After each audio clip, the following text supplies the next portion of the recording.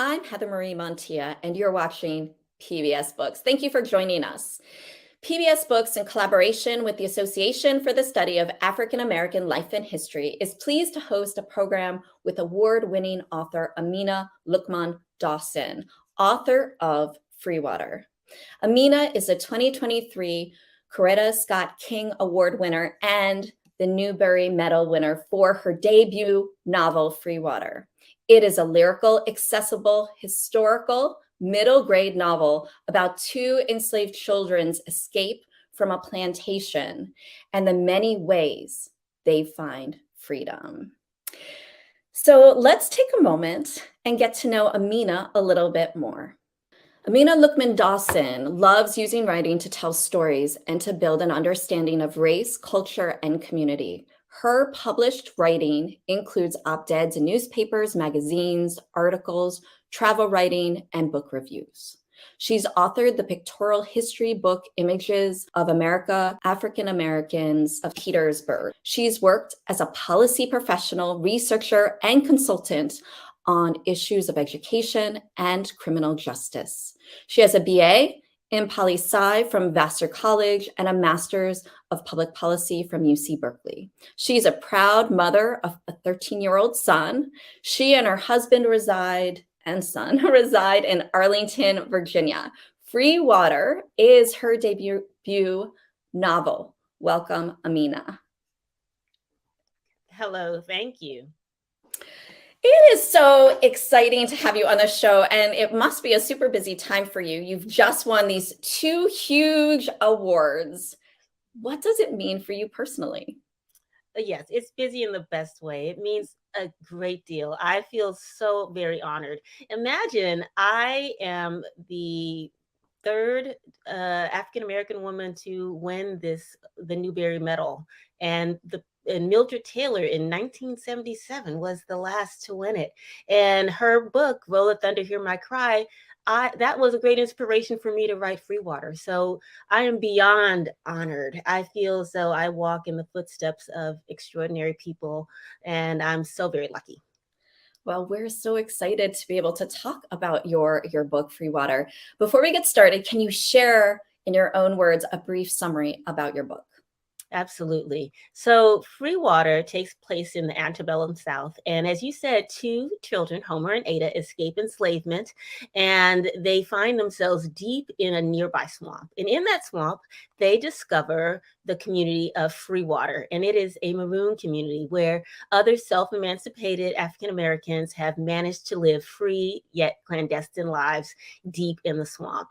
And so they get there and they discover as well there are children like themselves who have also escaped enslavement, but also children who have never known enslavement before, who have only lived in Freewater. And so they learn what it means to be free as they're in this setting, and learn also the power that they have within themselves to make change in their own lives. And so they decide that they'd like to go back and rescue their mother from enslavement and let the adventure begin. So what inspired you to write this book, and why now? You know, a few things. One, it's just a wonderful bit of history to be able to talk about maroons. Now, imagine the book is loosely inspired by the Great Dismal Swamp, which is located right here in the state of Virginia, where I am. It borders both Virginia and North Carolina, and just the idea that that African Americans escaped enslavement and managed to find ways to live free yet clandestinely there. It was amazing to me to know that bit of history. So, and it was also the idea that it's a swamp. It was just ripe for great storytelling. So that's one reason. And then beyond that, I have a son, and as you said, and my husband and I were both trying to find ways to share the history of enslavement in this country. And I think there are a lot of parents out there just like that who know it's important, know we want to share it in a way that feels kind of holistic and very much in the voice that they can understand and know. And we had that same hope. And I thought to myself, wow, I wonder if I could write a story that really met him where he is, and allow him to not necessarily be raised like many of us were, with this sense of fear and shying away from this really hard topic. How long did it take for you to write it? Well, okay, I have to say this. I know the first time the idea dropped in my head was 20 years ago, just about, right? And so imagine I'm thinking of things I'd like to do, stories I'd like to tell, and this story just drops in my head. I learned about this history in college, and it blew my mind when I learned about Maroons then. And so when it came to writing a story, I'm like, wow, that would be a wonderful story to tell. And so I ran out, did a little research at my local library, even wrote a couple of chapters, and then life happened, right? And so I put it down and moved on. And maybe 12 years later, at least 10 years later, I thought of it again. And I had some health challenges that kind of slowed down my policy work a bit. And this story came to mind again. And I said, well, if I had one last thing to write, what would it be? And so I dug up those little chapters I had written years ago. And I then lived in a place that was rich for research and things like that, and right near the Library of Congress and not too far from the Library of Virginia. So I started researching again and took it up as a project. And so I'd say the actual writing, maybe 10 years, but the concept forever ago. That's an incredible story. And I think for me, as someone who I'm curious, I always like to learn. And so learning about the Great Dismal Swamp, and you started talking a little bit about it, but I mean, it's extraordinary what the swamp is, right? Can you talk a little bit more about it for those people out there who don't know, and even understanding Maroon communities? I feel that these are segments that are often still left out of education within the United States. So if you could help everyone out there who maybe doesn't know more, that would be amazing. And then we'll jump into the book, because your characters, and oh my gosh, I can't wait to talk about the characters in the story. So please, a little more history. Absolutely. So Maroons, as I said, they are African Americans who were enslaved that managed to find a way to live free yet clandestinely in the wilderness. And so it happened so that the Great Dismal Swamp is a place where they were known to have been. They were known to have been Maroons. And imagine the Great Dismal Swamp is about, at its height, it was over 1,500 square miles of hence the word dismal, the worst landscape you can imagine, the most inhospitable landscape. And so to the point, so inhospitable that many tried to shy away from. So those that lived near it, there were stories, tales about it being haunted, tales about all sorts of awfulness that happened in the Great Dismal Swamp. So I love the idea that awfulness that was sort of in the mainstream culture of the Great Dismal Swamp actually historically became a great refuge and a great place where African Americans found life to live. And so for us, so as I did this work, I learned bits and bits more. So many African Americans went there, and some were caught, but also there were others that went there just as a stop on the Underground Railroad. And then there's that other group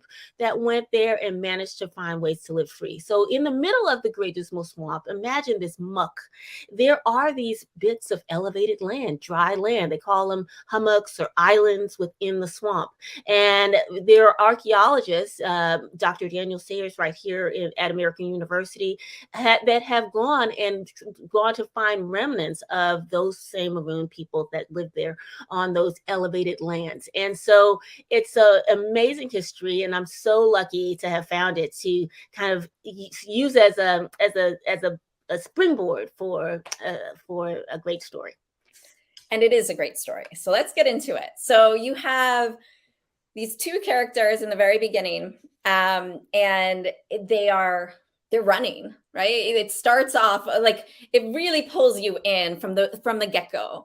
And I, at first, one of the things that really struck me is you're telling it from a child's perspective. And so can you talk a little bit about the main character, Homer, and even how you chose his name? Because, as someone who grew up we talked about how history of how schooling was. It was Homer's Odyssey. I mean, yes, there is always Homer from The Simpsons, but that's not what I think of when I think of Homer. I still think of the Odyssey. So please, how did you come up with Homer? And then maybe we could talk about him as a character. I love Homer. And so the name, it's funny because I went through a few names. And when I finally landed on Homer, it's when I really had an understanding of what I was trying to do with this story and who he was and what mattered to him. And I just love the concept of having home in his name and how he's found a way to both he's left a home that was all he knew when he was in enslavement with his mother, but he's found a way to make this new home elsewhere. But it doesn't feel like home. It's interesting, as you listen to Homer while he's in this new space in Freewater, he doesn't feel as free as he could because his mother is still enslaved. Mm-hmm. And it's just that idea that it was almost like an effort to create home there as well. And so I thought it was it felt like a sentimental name. And Homer I love him because he represents so much of what both kids today deal with, but also an interesting way of how he sees the world. He sees himself as trying to be invisible. He lives by that rule. He says any attention, good or bad, while in enslavement it could be trouble. And so as his survival mechanism, his strength, he tries to disappear himself from the world. And I think that as I wrote that, I felt like that's something many kids can just relate to. It's his way of dealing with this extraordinarily hostile environment, but it's the way that a lot of kids deal with environments that they live in. And so that's what he does. And to me, to watch him grow from that point of invisibility to visibility, learning, because once he gets to Freewater, they won't accept that he could be invisible. He can't be invisible there. And once he learns that and he becomes visible, then of course, as soon as you become visible and you start to realize your own power. And I love that journey for him as we watch him go from invisibility to visibility to power. It's funny because my next question was going to be about him, his whole like wanting to be invisible, and his best friend Anna saying, "No, you're still here. I see you." Right? Like, no, you're here, right? And just how, and I completely agree that especially for middle grade youth, that desire to sometimes, I mean, the French call the middle grade ages the ugly years. It sounds a lot better in French, but it is because it is. Yeah, that's right. Because often, right, kids are so mean to one another. Everything, right, and I think that obviously we're not dealing with kids being mean to one another. In this case, we're dealing with something so much heavier than that. But it is certainly a relatable space. And one of the things I think about all of your characters is that they feel real, right? You describe how they look, how they feel. And because you are talking in their person on this journey, how did you come to the thought of, I mean, there are some segments, Stokes is not a child, unless I'm wrong about that, but everyone else is a young person. And how did you come to have that voice? And was that always your intent? Or did you revise into that? Oh, that's a great question. I feel as though it took courage on my own part. Like, imagine, this is my debut novel. And so at the very beginning, I was quite nervous about writing characters and my ability to do so. And so I started very small. I started with just a couple of characters. There was Homer, there was Ada, there was Sanji, and trying to find voice in them. And what I soon realized is that this is a story about connection. And when I say connection, I mean, as a reader, part of the purpose of the story is for the reader to feel connected to these characters and for them to feel like, oh, I think I could know this person. I could get to know this person. They feel familiar with them, even though their situation is utterly and completely different than anything that child might know now.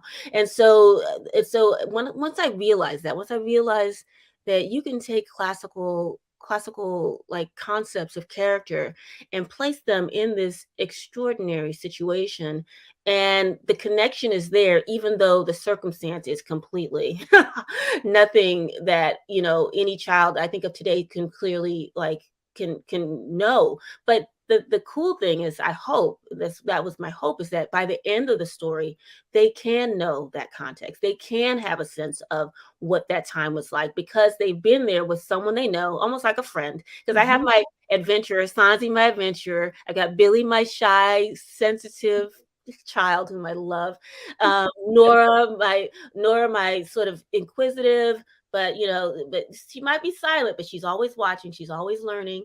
And then and these are, I'm not mentioning things that in fiction we don't know, but do we know them in this setting? And my true belief is that, yeah, these things, kids are who they are, and even in the worst of circumstances.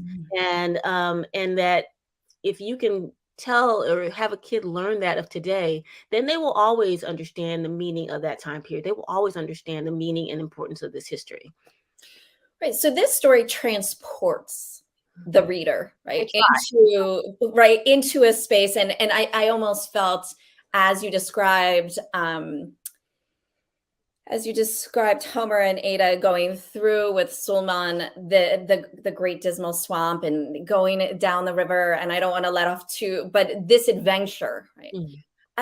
It pulls you in, and it also is this incredible, I think you describe it in such a way that it's really easy for the young person to be able to imagine themselves, going and going up the tree, and having a bird's eye view perspective from up above, right? What that all feels like. And for me, as I read through, it was really incredible, that journey that they embarked on. Yeah.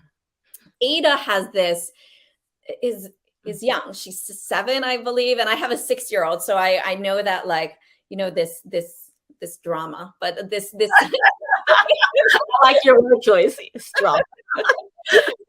But this desire to fly and be almost free like a bird, like just always, but also equating that with freedom, especially given the space that she started in, and this journey and this adventure. Can we talk about Ada a little bit, and also her relationship with her brother? Because I also have a 12-year-old, so I see that interplay. And as I was reading, I was like, how is this so authentic? Oh, I love that. Oh, thank you so much. I love I love Ada, because Ada is like this sort of, I see her as almost like this sparkling glitter that just goes through all like you're reading and you're like, wow, what is this sparkly little thing that's just fairy little flying around on the page, And I think that's the age, and I mean that's who she is as well. But it's this time period for Ada, a time in your life when, even in the most extraordinary circumstance, because it's especially in that first part of the book, they run into quite a bit of danger.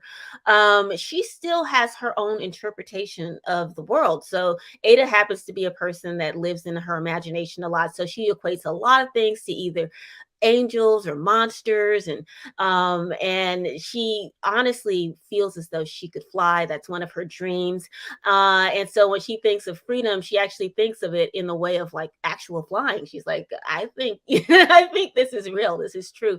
And I like that about her. I like the fact that no matter what, because and that interplay with Homer, who is very grounded in the here and the now. He is like the opposite. His feet are strapped to the ground, like he does not believe in anything other than what he can see, what he can touch. That's how he survives, knowing how to manage what he knows, what he sees, what he hears in the best way possible. And so she, and sort of seeing the two of them come together, you get this great sense of whimsy, but then a total understanding of how vulnerable Ada could be in this environment as well, right? I mean, and this sense of protectiveness that Homer then has for her, because he's thrown into a position where his mother is no longer there. It's just him and his sister, and this sense of responsibility. And so you start to just sort of see him grow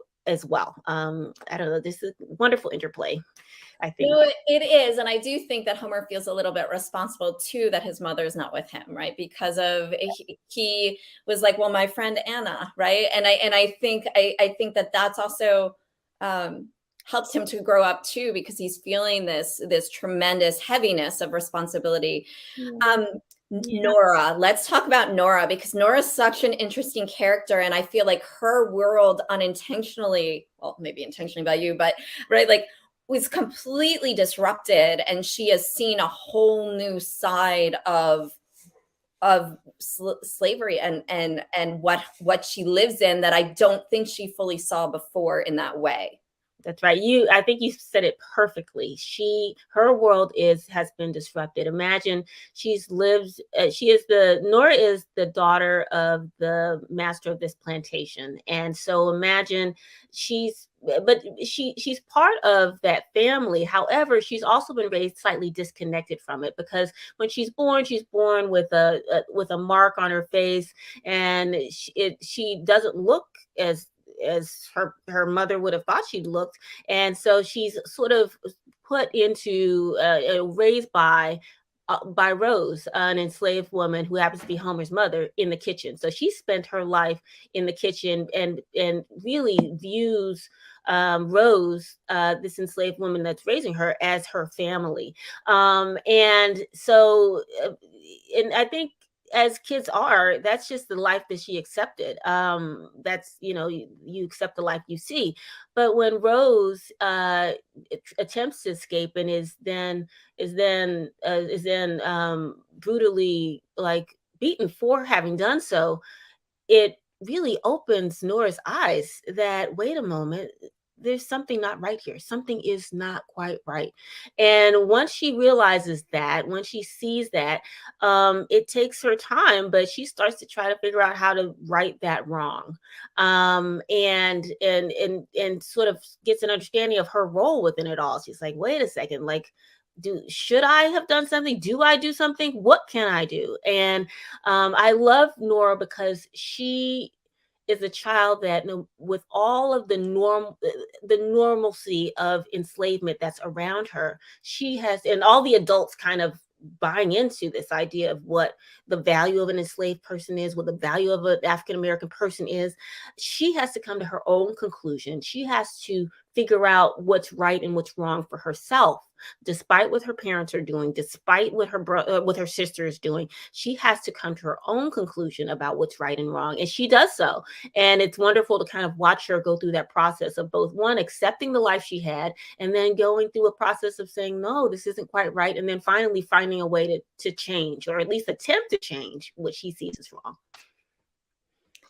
Yeah, Nora is I like Nora because I feel like she is she was a bit of an outcast within her family, and then has to find her own voice almost without the, usually there are different ways people find their own voice. And I think for me, watching Nora navigate that is a really interesting space. Literally found her own voice. Literally. Yes. Yes. Yes. Sanji. Okay. There's always a free spirit, like, and someone who is like, oh, I'm not going to get you in trouble. I promise. Like, I'll be back. And, there's always a firecracker. Right. And so how did you come to Sanji and this free spirit who you can't help but fall in love with? Oh, I'm so glad you said that. Oh my goodness. You're like my new best friend. I mean, I love how you talked about this. But yes, Sanji, to me, I love the extraordinary irony that Sanji lives. She is the freest of all people, in that, and she's a free in a way that, as a character that we don't often get to see, right? Because she has been born in Freewater, where she has never known enslavement, but she's also just never known even the concept of being of white supremacy, or just that she is anything other than free as a bird. Even if she had been a child of the North, let's say she'd been born free in the North, at least then you have this full understanding, like, we live in the North where there is not enslavement, and in the South there's enslavement. She doesn't even have that rubric in her mind. All she knows is that she's been born, and she clearly has a right to any and all things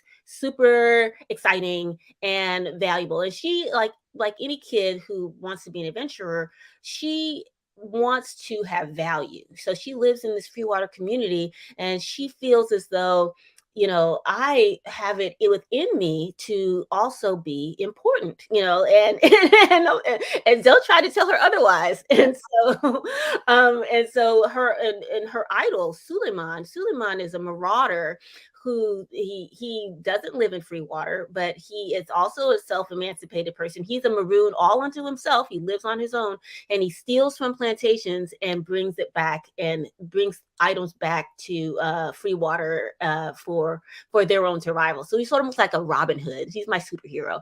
And so she sees him and she respects him, and all she can think is, I want to be valuable like that. And why can't I be? So what is cool about Sanji is that in order to have a conversation with her, you have to explain to her the very nuts and bolts of how extraordinarily just awful and dysfunctional the life everyone else has learned to live in the world of enslavement. And so she's kind of like, and as you hear people explain it to her, you're kind of like, wow, this is awful. Like, this is awful. You get to hear it in a different way, because things that we've accepted as normal in enslavement, she doesn't know of, she doesn't understand. And so you get to see her kind of go from adventure to actually being able to fulfill some of that adventure, and then learning what it means to be free for herself. And because she doesn't feel free, right? She feels trapped in Freewater, because no child of Freewater is allowed to leave. She feels trapped, and so now she gets a greater understanding. So we've discussed a handful of characters.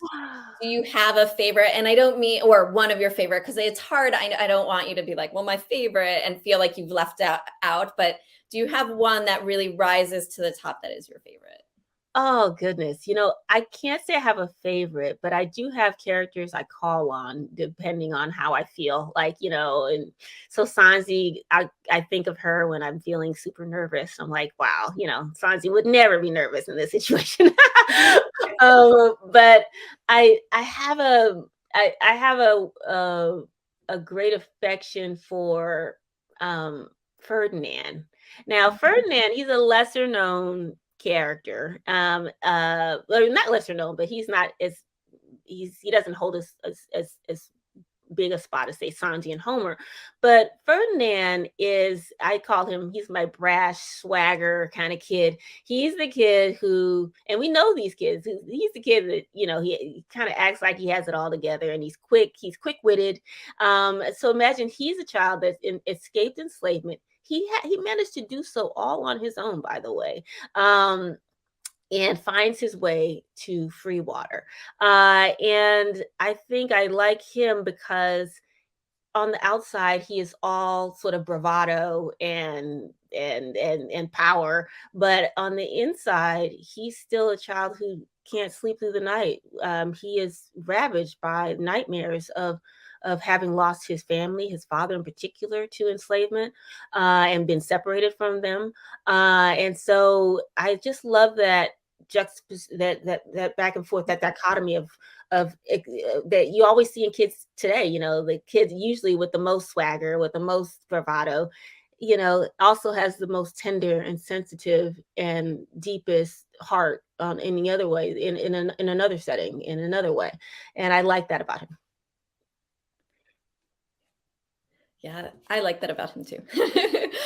Well, for those of you just joining us out there, I'm Heather Marie Montilla. You're watching PBS Books. It's my pleasure to be here with award-winning author Amina Luqman-Dawson, who wrote Freewater. It is her debut novel, and she just won the Coretta Scott King Award and the Newbery Medal. Back to the conversation. Okay, well, I would love, if you can, to hear you read a few pages from your book, and also if you could set it up and give us the context, that would be amazing. Absolutely. So it's hard to pick exactly my favorite points, but I'm going to share this part with you because we've been talking about it. In fact, and this is a conversation between Sanji, who has just as a reminder, she has only known freedom in Freewater, and she, as a child of Freewater, is not allowed to leave, and so she finds that very confining, and is all in dreams of nothing more than leaving, and the adventure beyond. Of course, as readers, we know, like, no, that is not a good idea. You want to stay exactly where you are. You're the lucky few.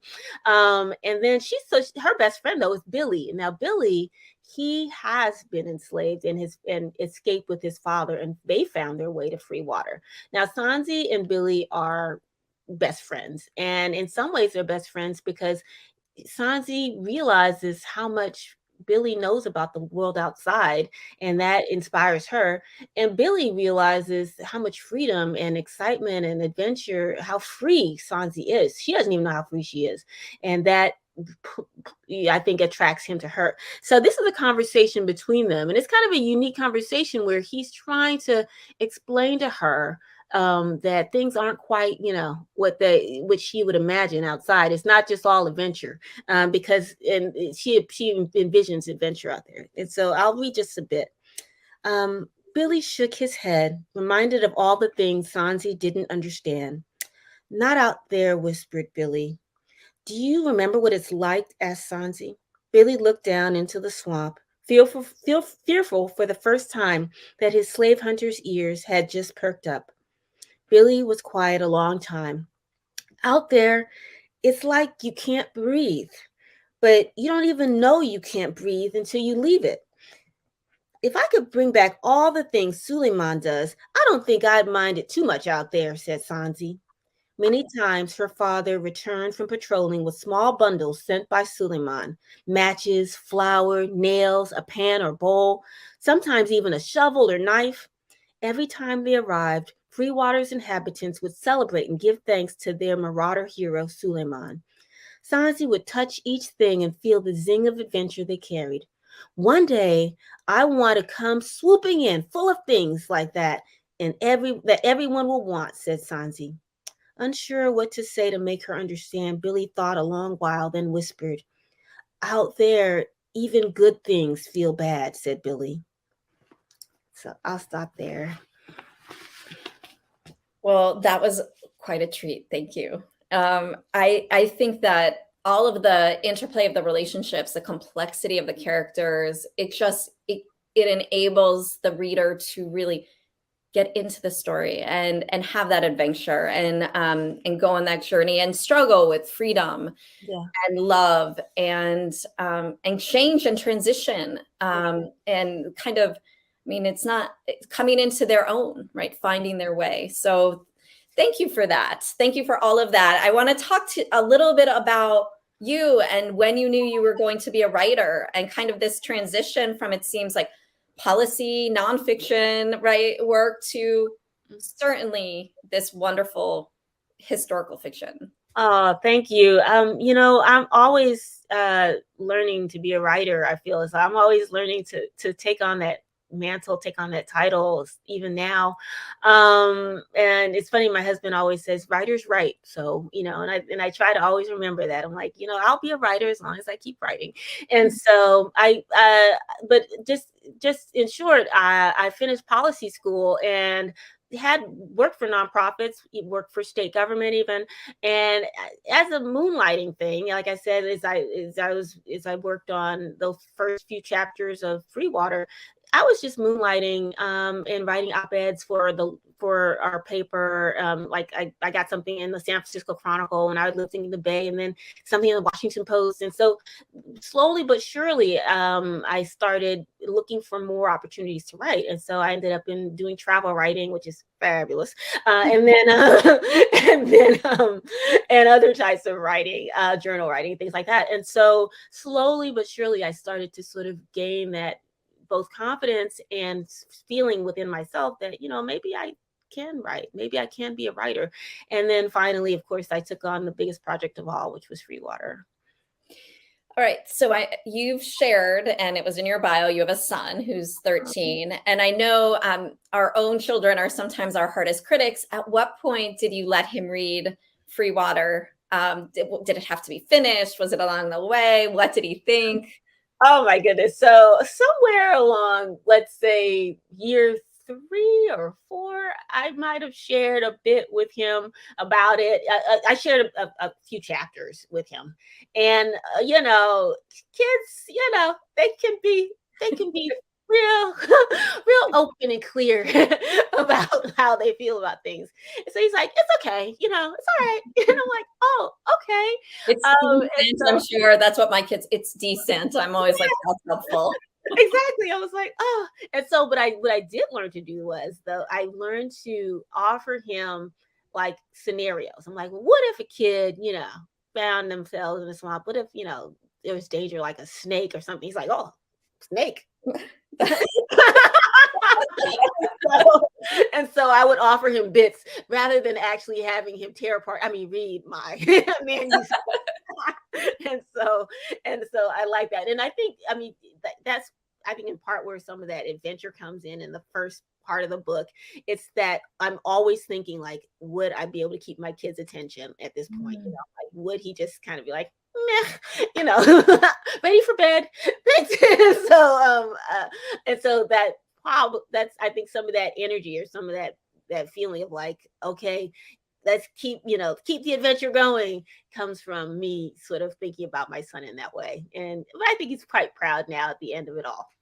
Well, but I think it was an effective tool, right? Because I definitely felt like from the very beginning, I was like, oh my gosh, I've just been pulled in and I can't, and then even the snake and the muck and the sinking and could only imagine like my 6-year-old trying to like move a branch to help my 12-year-old get out, out, and like what that would look like. And I was like, oh my goodness, this is quite. You get it. You know the ages I'm talking about. Exactly. So let's talk about your creative process. So, I mean, it is an adventure. It is creative writing. It really, really good creative writing. Do you have any creative habits? How do you write? Where do you write? I changed style over time. When I first started this, I was in the office. I had a little office in my house, and lights off, door closed. I think I had like a large blanket wrapped around me. It was very sort of solitary thing, the first draft. And it was good because I needed an escape at that time. I just really wanted to drop into it. And all ideas that came up, I thought were cool. I was like, okay, yeah, another idea. I was afraid of not having enough creativity, to be quite honest. I'm like, do I have enough imagination for this story? I know the story is out there, but can I do it? And so as I became more confident in the story, I started to, come out of my cocoon. And I usually tend to work at my dining room table. I just sort of take it over during the daytime, and then, clear it up when the family comes back, because there's better light. Yeah, I understand all of that. Okay, favorite library. Do you have one? Oh, well, okay. So my own childhood library back when I was a kid is still and forever will be my favorite library. I had the best librarian in the whole world. Miss Carmelita was fantastic. And so I always felt like going in there, it was just like going into like, I might as well have been going to Versace or something like that. She was that like, oh my goodness, finally you've arrived. Let me show you the newest fashion. Like it was like that. Like she just, oh, and so yeah, so my childhood library is still my favorite. And now, of course, my neighborhood library here in Shirlington, or where I live in my community, they are so supportive and so wonderful of the work, and I just know everybody. It's great. Okay, do you have a favorite children's book that you've read recently? Well, my all-time favorite, like was Mildred Taylor's Roll of Thunder. It was, and it's interesting. Like that book, I thank God for parents. I didn't want to read that book, and my mom was the person who said, because I was into sort of lighter, like I was like, boy girl, like crushes and things like that, which is fine. I love that stuff, and mysteries. And she's like, no, this is a good book. She pulled it from our bookshelves in our room in our house, and she says you should try it. So I avoided it for a while, but then picked it up, and I did love that. Most recently, I've been reading a lot of like picture book things, and so like I happen to have on my site like Harlem, H is for Harlem, which is, I know, like it's just so beautiful, and so I'll show it like that. So this is what's on my desk now, because it's just gorgeous, and the history that's within it, and I just think the artist and the author are just fabulous. So Ages for Harlem is my big thumbs up right now. Oh, I have not read that book, but hopefully I'll get to have it. I worked in Harlem for quite a while, and it is changing very much, but it is an amazing place. Yeah. Okay, upcoming projects, right? A sequel, a picture book. I don't know. What are we thinking? All good questions. Right now I've been really toiling away on not a sequel, but perhaps a kind of a spin-off following one of the characters from Freewater on their own adventure, and hopefully trying to introduce another cool piece of history through that journey. That's exciting. Yeah. This has been, oh, wait, one last question, which is, if you could pick a takeaway from your novel for a young person, what is the most important takeaway you would want them to have? Oh, wow. Great. The most important thing I hope any young person comes away with is a feeling, actually. I want a child to feel as though they've made a connection with the enslaved folks of that time, and that when they think of them, they feel just a little in their heart, a little sense of one caring, but also too just a little zing of excitement, or a little zing of wanting to know more. If I can get them to want to know more, then that is huge, and I think it's a huge departure from where I was, the how I was introduced to this topic and this history. And so that to me is a leap forward. If you can want kids to be in this space, the biggest, best compliment any child can give me about this book is to say, oh, I would so like to return to Freewater. And I'm like, really? That's a wonderful thing to say, because I mean, you and I, we all know that the circumstances most difficult, but despite all that, they know that there's wonderful humanity and fabulous kids and fabulous things to know in that space. And that's, if you want to be in the space, that means you value the history, period. This has been such an incredible conversation. Amina, thank you so much for your incredible children's book. It is, it is just such a gift. And it's going to help so many. And I even think it'll help young people to fall in love with reading, because it really captures the imagination and takes young people, the reader, on a journey. So thank you so much for being our guest here, and I hope we will see you again. Yes. Thank you, Heather Marie. This has been fabulous. Yeah, and I appreciate all of your thoughtful, lovely questions. Well, thank you. For those of you out there, I just want to thank our libraries, more than 1,800 strong, who share this important content with all of you, as well as local PBS stations. But most importantly, we always want to thank all of you for joining us. Well, until next time, I'm Heather Marie Montilla, and happy reading.